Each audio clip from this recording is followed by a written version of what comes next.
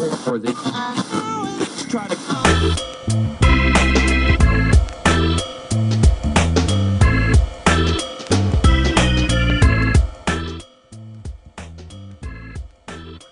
All right, we're back here with Dave Jones, president and owner of Allegra. Allegra? Allegra? We just changed the name of your company, Dave. We just Allegra. Bud's going to actually put it on the bottom of the screen, spelled out properly. You can read it for yourself. Allegra There's that Pittsburgh. two-syllable word. Yeah, I was two-syllable just word. thinking, when are you going to screw something up? Just now. We were talking in the last segment about sort of organic growth, in essence, marketing and organic growth.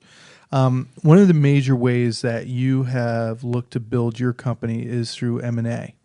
Talk to us about that. Sure. What were some of your thoughts? How'd you get it done? It can be a touchy subject going to a competitor and saying, hey, you want to get out. So all the above, I'd like to kind of get your synopsis. Like everything, you begin with the numbers. Statistically, there are about 3,000 commercial printers each year in the last few years that have gone by the wayside, either due to closure, liquidation, sale of the business, or merger of the business. So that tells you that nationally there's a pool of folks looking for some options to transition their business. So you can go traditional means, which I've chosen not to do. Traditional means would you look through a traditional business broker, right, and have somebody find companies like that. But like a lot of my business, it's a relationship-driven business, and if you really are good at building relationships, you usually learn of those things, especially if you're in a defined market like Pittsburgh.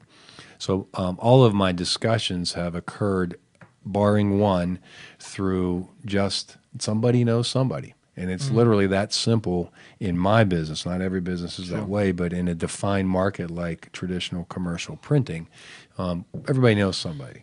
So I've used that as a lead source from there. It can be a difficult subject to broach. But the reality of it is it's a necessary conversation that every business owner needs to have. What is your succession plan? Do you have a succession plan? And what does it look like?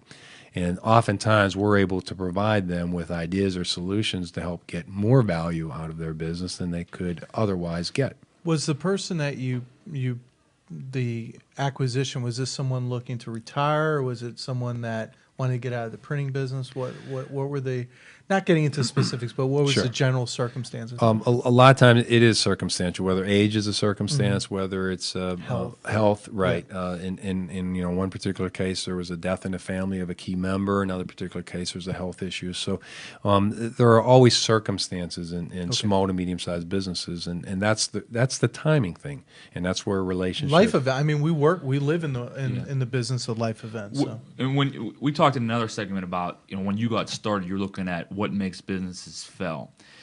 So when you're looking for a company to acquire, do you look for companies that may be doing some of those things that you could do a better job of running the business? Maybe obviously the value you bring is the things other than you do a great job printing, but it's the relationships and those things. If you by adding those, it can make that business successful.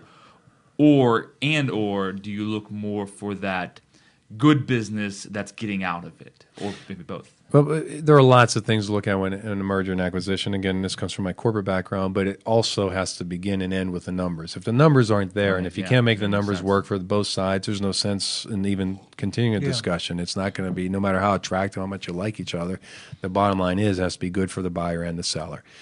Secondly, there's got to be the right customer mix.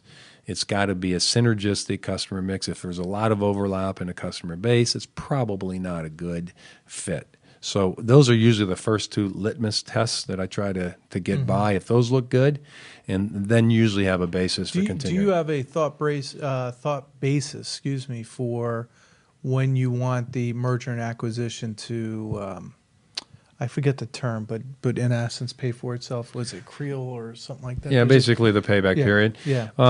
It depends on how much guts you have, really. Yeah. Traditionally, acquisitions are financed anywhere between 3 to 7, in some cases 10 years. Both of mine have been financed a much shorter period.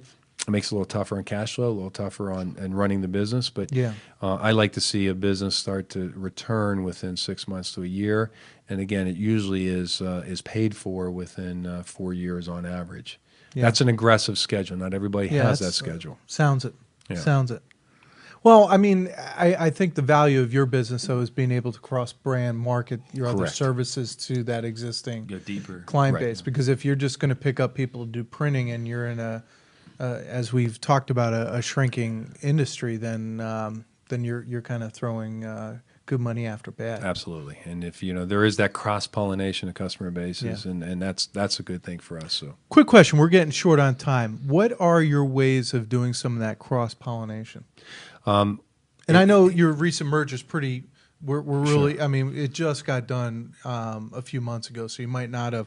But what are some of your visions? there's always the written method, sending out blurbs and sending out information, but we get inundated. All of us get inundated, Yeah. and we all It's open tough. up our inboxes over the garbage can, and it's just a fact of life. And even though we print that stuff and we think it's wonderful and great, there is no substitute of meeting directly face to face, either with yourself as an owner or with your sales and marketing. So, have team. you made a goal of trying to get out and press palms with each of those new customers? Yeah. The customers from the new company. Exactly, and we hold twice a year. We hold open houses, so we Yeah. invite our customers in, a nice appreciation and events, much like I'm Yeah. sure you do with your own company. Sure.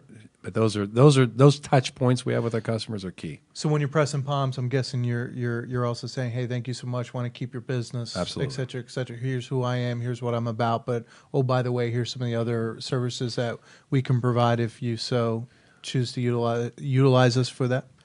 One of the things I did when I first bought this business and when I bought the acquisition is I delivered a lot of them myself. I think that's different. Most folks aren't used to the owner and president, pulling Yeah. up in the van and delivering boxes. But it's a great opportunity awesome. to Awesome. get to know them. All right. Thank you so much for coming in today. Dave Jones, Allegra, Pittsburgh. You can get a hold of him at 412-922-0422. It's going to be at the bottom of your screen while you're watching this video. Great learning lesson. Here's a gentleman that was in corporate America for 26 years, both on the for-profit, not-for-profit side of the business, both private and public. And here's a guy that said one day, "The hell with it, I'm going to go start my own business."